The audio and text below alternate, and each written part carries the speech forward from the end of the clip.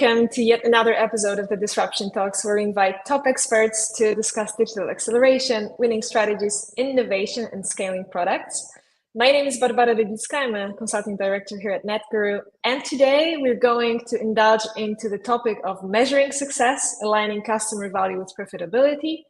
And let me warmly welcome our today's guest, Alina Cahill, the product lead at Wolt. Hello, Alina. Hi, Barbara. Thank you so much for having me. How are you today? I'm doing great. Okay, perfect. So we're gonna dive deeper into aligning customer value with profitability within the next 30 minutes. However, I want us to kick off with a little bit of introduction from yourself so that we all get to know you a little bit better. And I want to ask you, first of all, what inspired you to pursue a career in product management, and how did your journey led you to Wolt Plus? Yeah. So my journey in product management started with early exposure to user research and how customer feedback shapes strong product strategy. I was working in operations at Rocket Internet and was asked to help with user interviewing. Now, I had recently completed my degree in psychology, so this was super interesting to me, and I really enjoyed the experience. It was also my foot in the door to a career that I hadn't heard of before then. So I began pursuing a pathway towards product management. Now, since product management usually isn't an entry level role, it took me some years to get there. So I worked in business development to product operations. And from there, I got my first product management opportunity from actually the same person that I worked on user research with at Rocket Internet. Okay. So Volt was a natural progression for me as I already had industry experience when I worked at Delivery Hero, which is another company operating in the quick commerce delivery space. Now, Volt had recently launched where I'm located, and I just love the UX of the app. So We I all was do. wondering, right? So I was wondering what team sits behind that. And I just did some LinkedIn stalking, to be honest, and they noticed. So I wasn't actively looking for the next step at the time, but one thing led to another, and now I've been at Volt for over 3 years. That's an amazing story. And can you share some significant challenge that you faced while working on Volt Plus, and ideally how you overcame it? Can you walk us through that? Yeah.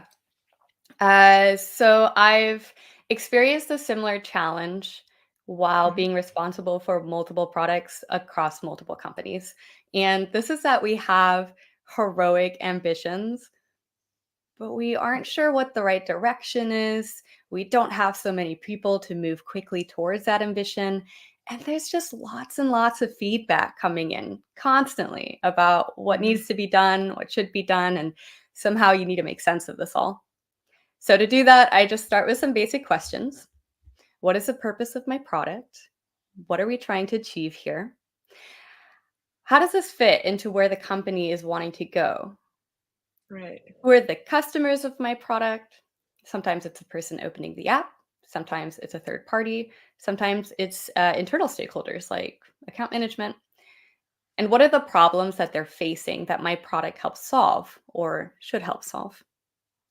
Now, the market's important too. What is the market doing in relationship to similar products like mine? How does mine compare to that?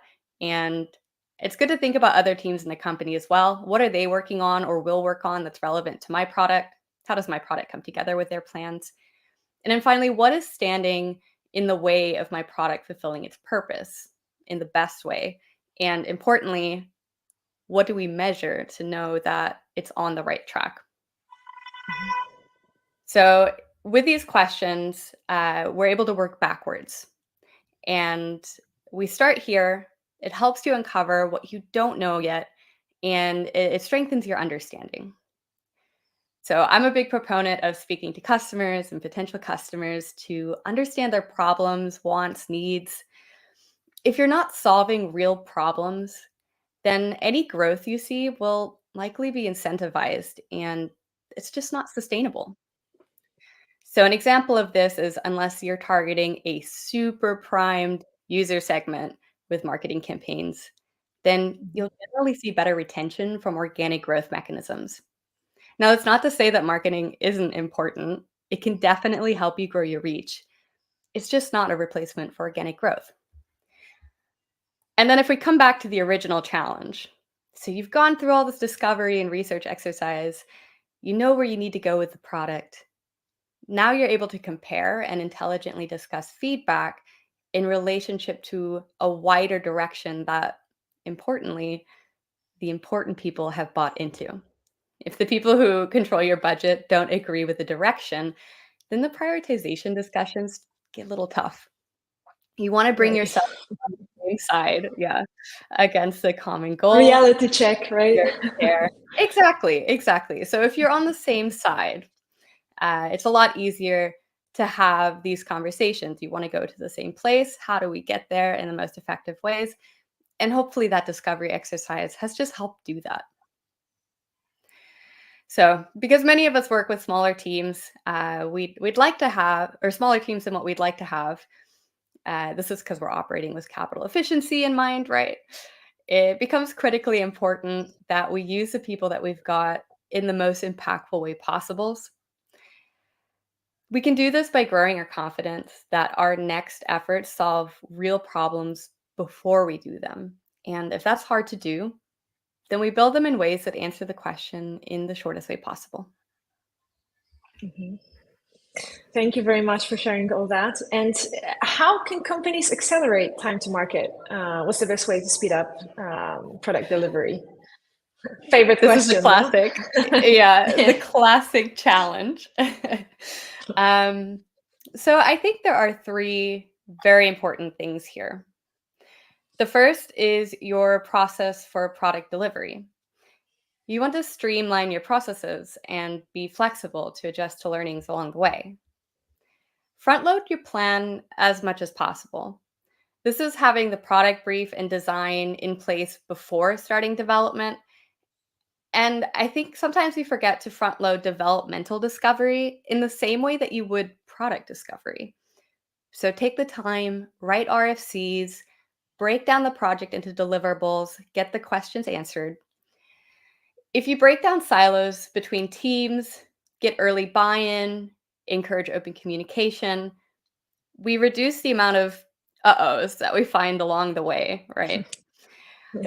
Be willing to adjust an animation that can cut the time in half just because the design was beautiful, but maybe it didn't know about engineering constraints at the time. Right. Everyone on the team brings expertise to the process, so use it to create the most efficient and effective delivery. By figuring out the plan, getting the questions answered early, we can avoid needing to rework along the way, which is time consuming, resource expensive, and frankly, it's just frustrating for the team. Having this understanding of the pieces to the puzzle means we deeply understand what needs to be done and our estimates get better. Now, that's important because with good estimates, we can keep a better finger on the pulse of how we are progressing. And we can catch early if we are deviating from our expected timelines and address that. It also helps us talk about what kind of acceleration we could expect if we wanted to invest more people into the project. Okay, so streamlining is important. Then the next thing we want to do is verify as much as possible that the work you're doing gets you to where you're wanting to go. And it's also Mhm. the most effective way to get there. You can have the fastest time to market in the industry, but if you're not solving real problems, you're just not going to see the impact that you want. That's lost opportunity. So the time that you spend doing the wrong things is lost time you could have spent doing the right things. You're not just not moving forwards, you're falling behind. You can grow that confidence through user, industry research, to understand how your customers and potential customers experience things. Another effective approach is to get real world feedback early. Do validation studies that confirm your design is easy to use and that customers get it. Mm-hmm. You can release MVPs, or what we like to call at Wolt, MLPs, a minimum lovable product, which is a similar, That's great. yeah, it's a simple slice of value that the final product with that the final product may have all the bells and whistles. And this slice is just honed down a little bit, but still lovely. And it allows for iterative improvements based on real user data. Okay, so that was the second thing. The third thing is that your team is bought into the mission and happy. So I personally don't really prescribe to the squeeze harder type of management, where to get more out of people, you just keep squeezing harder and harder. People end up leaving. Right. You're understaffed, you have to hire, retrain, and the negative flywheel just continues. Now, research demonstrates a clear link between employee happiness and productivity. So you can grow this by fostering buy-in. Treat the development team as part of the team instead of a resource for execution. Take the time to discuss the whys, take on their feedback, and empower engineering discovery to have a voice in shaping the solution. Then empower the team to own their own timelines through these RFCs and breaking down deliverables. Now the team drives the discussion on when we deliver and why, instead of working with an arbitrary timeline that someone else made up. And that person may not even know what it means to deliver the product. Because the engineering team is now delivering this timeline, we have much greater confidence that we can do it, besides just trying to do anything to reach a timeline that someone else has come up with. Finally, respect the commitment. If the team is committing 200% to reach a certain timeline, make sure to give them some flex time when the stakes are lower to rest and recover. If you run people into the ground, it's just going to run them out of your building, right?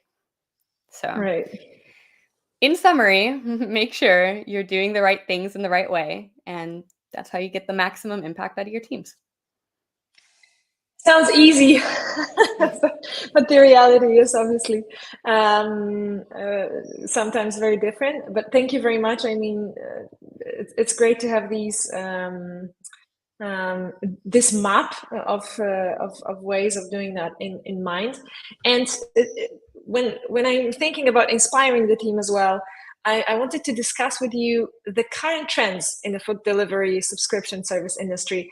What would you say are the current trends, and how do you see them evolving through next years? It's a great question. I'm a little biased, but I think it's a great, exciting industry to watch. So, in general, the food delivery industry has been experiencing rapid transformation. So, this has been driven by growing demand for convenience, for speed, and it's led to the rise of quick commerce and 15-minute delivery services. So, this is where we are today. As we look forward, I think we will see automation and robotics becoming increasingly prevalent, such as order fulfillment in warehouses and the use of self-driving delivery vehicles. This technology aims to streamline operations to reduce delivery times and costs. So there's some great articles on Meituan in China, who is using drones for deliveries since 2021. So that's not even new news, right? And there Right, are some it's major crazy. players in the States. Yeah. So major players in the States. This is Uber Eats, DoorDash, even Walmart, which is like a huge brick and mortar supermarket. They're pairing with drone logistics companies to explore drone-based food delivery. So we're seeing this in multiple places. And even in Europe, by the way, we're seeing major players such as Deliveroo, Just Eat Takeaways, doing the same thing. So that's one thing I would definitely watch out for. Another is that we're seeing players expanding into high margin spaces beyond food delivery. So delivery companies are expanding that inventory to include things like alcohol, pharmaceuticals, grocery sales. Grocery and pharmaceuticals become particularly interesting for subscription Mm-hmm. services, as we're talking about recurring needs. You're always going to need more groceries. If you have a subscription or a prescription, Right. excuse me, a prescription, you're going to need a refill of that prescription. And so we can make this easier for customers by automating the refilling of what they need so that they don't need to remember to do this. And that in turn helps subscriptions by having a better retention. So according to Statistica, meal kit services alone are expected to be a $20 billion industry in 2025. So lots going on in that space. Now, personally, I find explorations into financial services quite interesting. Food delivery companies already process large volumes of transactions daily, which means that they can learn a lot on spending habits, cash flow, Mhm. and the financial needs of customer and delivery partners. So, by offering financial products like loans, the company can diversify the revenue streams while reinvesting in the ecosystem around them, such as couriers or merchants' financial well being. If our partners are doing well, that's also in turn good for us, right? So, some examples of how DoorDash and Wolt are operating here are DoorDash's Dasher Direct financial platform for Dashers, which features a business prepaid Visa card and mobile banking app, and Volt's newly launched Volt Capital, which provides accessible and affordable financing for merchants. Okay. So, you asked about the subscription space as well. Yeah. Here, we're seeing a shift towards more personalized and flexible offerings. And customers want the freedom to customize their plans and access exclusive perks. Online shopping can customize the browsing and order experience in ways that brick and mortar just can't do, right? You've got one experience when you walk into the shop, and you can't readjust it for every person coming in. But in essence, that's exactly what we can do online. So, Mhm. in addition to that flexibility, customers care about price, especially in the current economic climate. So they're comparing the subscriptions they pay for and they're cutting back on the ones that don't provide as much unique value. And we're Mhm. seeing more and more bundling as a result. So the streaming industry is a really great example of this, where about 70% of new streaming subscribers are expected to opt in for bundled services rather than subscribing to multiple standalone subscriptions. And Okay. an example of a bundle like this is Disney Plus, which includes Disney Plus, Hulu, ESPN Plus. And these are becoming popular because they offer a cost effective way to have a variety of options at a time when consumers are more cautious with their spending and the average spending on subscriptions is in decline. So there are lots of great articles out there on everything I've just discussed. So if listeners are Mhm. interested in reading more, we can maybe share some of those. That would definitely be great. So definitely we should share all the articles you're mentioning or you're taking information from. I am personally very much interested in going through them as well. And when we're talking about trends, how do you think industry can better understand and cater to the evolving needs of customers and like especially for the younger generation? Is there a connection between these trends and the needs of the younger generations? Definitely, definitely. And I would love to hone in on the younger generations of it all because I find them absolutely fascinating. This is because, in some ways, I like to think of our future or younger generations as a peek into the future of where we're going. And that's because they're operating with more recent context than older folks. Plus, I mean, literally, they're the future, right? So, the first thing is leveraging data analytics for personalization. I've already commented on the importance of customized, personalized experiences. Now, younger generations have grown up with this, and it's become their basic expectation instead of a positive, let's say. And we can think of how successful TikTok's personalized algorithms are. With shorter attention spans, people are just not willing to browse the catalog. They expect us to do it Mhm. for them. So, then the second thing is sustainability and ethical practices. This matters more and more to younger consumers when they're making purchasing decisions. Particularly younger European customers prioritize health and environmental factors when they're deciding where to buy from and what to buy. Things like reduced carbon emissions, recyclable materials, and fair trade matter. Mhm. Okay, so the third thing is recognizing getting the attention of younger generation will build lifelong loyalty. If we can build habits Right. now, even if this segment of customers have less buying power, it solidifies a relationship for the long term. We can do this by meeting them where they are, such as having a strong social media presence that speaks their language. Offer special discounts to make your products more in reach for younger consumers and foster habits while they're building them. Consider their values and include corporate social responsibility as part of your strategy. And make sure that's transparent. It's not just pandering. These are all ways that we can reach young consumers earlier in their journey of finding their own path. Okay, okay. And I wanted to move a little bit into the topic of company prism and discuss a little bit more about Vote Plus in general. And can you share what strategies does Vote Plus use to ensure a great customer experience? Because it is an app that we all love, but then while also being profitable for the company. So how do you guys find that balance? It's not easy.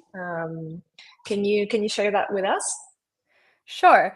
Let me touch real quick on what Volt Plus is because maybe not Mhm. everyone in the Right. audience is familiar with it. So, Volt Plus Absolutely. is our subscription product at Volt, where for a set price per month or per year, you can get free delivery from participating venues within your area. So, this is a really good deal. It generally checks out around 2 to 3 purchases per month. So, if you're an active user of Volt, this is a great option for you. So that's a little bit about what Volt Plus is. Now, coming back to the question, what does Volt Plus do to ensure a great customer experience, but also provide value for the company, right? It comes back to my earlier point about solving real problems. So we spend a lot of time understanding how people experience Volt Plus and what their lifestyle is like. How can we make it better, easier? I like to think about financially viable products being good for the customer in the long run because it means the product will be around for a longer time than if you're bleeding money. So sometimes you invest in growth, and that's a strategy. However, having the mechanisms in place, knowing that you can be there in a profitable space, how to get there, this is important. Now, of course, uh, if pulling the lever to profitability kills the value proposition of your product, you don't really have a sustainable product, do you? People will stop using it. So, this is why I like to think about both the long term business impact of the product at the same time as thinking about the value for customers. It's true that not every product's job is to drive profitability. There are other reasons that product is important, both for the customer, for the organization. But for subscriptions, this is definitely a consideration. Of course, of course. And how do you measure success of your product? What are the key metrics that you're using, and what are the key metrics that are important actually from your point of view? Yeah, this is a super important part of being a good product manager. And frankly, it can look different depending on the purpose of your product, the leadership style at your company. I personally like to use both qualitative and quantitative metrics. Key performance indicators like subscription user base growth, retention, lifetime value of customers, and unit economics of the subscription are important. We follow how customers change key behavioral signals like are people coming back to the app more? Are they placing more Mhm. purchases? We also monitor the NPS or Net Promoter Score to understand how our subscribers feel about their subscription. And we ask them why they cancel when they leave. We do all of this to really understand from our customers' perspective how are they feeling. And I'm actually quite proud of how we've built up these communication channels in the last year. We spent a lot of time speaking and listening to customers, understanding their experiences. On top of this, we also have a culture of Volt grade, which is the stuff you put into production should feel nice. So we build not just things that move a metric, but also things that if you open it, you're proud of what that feels like. Now, I know that's totally subjective, Amazing. but it gives me the power to say, no, let's spend a little more time on polish before releasing. Great. And I just love that we value the unmeasurable things too. Absolutely. And I have one last question, and I'm gonna come back to the trends conversation because I'm wondering what, in your opinion, is the next big trend for the industry that you believe everyone should focus on? Yeah, it's a real exciting question. If I had a crystal ball. Hmm. So I've commented already on robotics, banking, and personalization. So I'll take it back to my psychology roots for this one. And disclaimer, I don't think it's really a trend yet, but I do think it's worth thinking about. And these are social needs. Humans are social animals. So the weakening of community ties over time has made people feel more lonely and more isolated than in the past. And the pandemic really grew these feelings. And while technology does help people connect virtually, it can be used to replace face to face interactions without offering the same depth and emotional connection as in person interactions do. And this higher usage of social media has been found to increase feelings of social isolation because of FOMO and inadequacy due to constant comparison. So we end up with a bunch of people who crave meaningful connection. Now, can we create opportunities for meaningful connections that is relevant for our food delivery subscription service? Or Hmm. am I reaching? I personally Hmm. think so. I think we can do this by working with our merchant partners to create in store special opportunities, such as a limited time discount for subscribers, encouraging people to go to an outing together, or perhaps doing something else like offering online live masterclasses that people can participate in together. This would create opportunities for exchange without the social anxiety that you may have in a one on one interaction. So I don't have a perfect understanding of this yet, Hmm. but I definitely think it's interesting to explore. Great. Thank you very much for sharing all that. And Alina, I mean, thank you very much for this insightful conversation. I think you're leaving us with a lot of great things to digest, especially in the trends area. It makes me think about the future of quick commerce and food delivery industry, definitely. So thank you very much again. It was a great pleasure, and I wish you a wonderful Tuesday and week. Thank you very much. My pleasure, Barbara. Bye bye.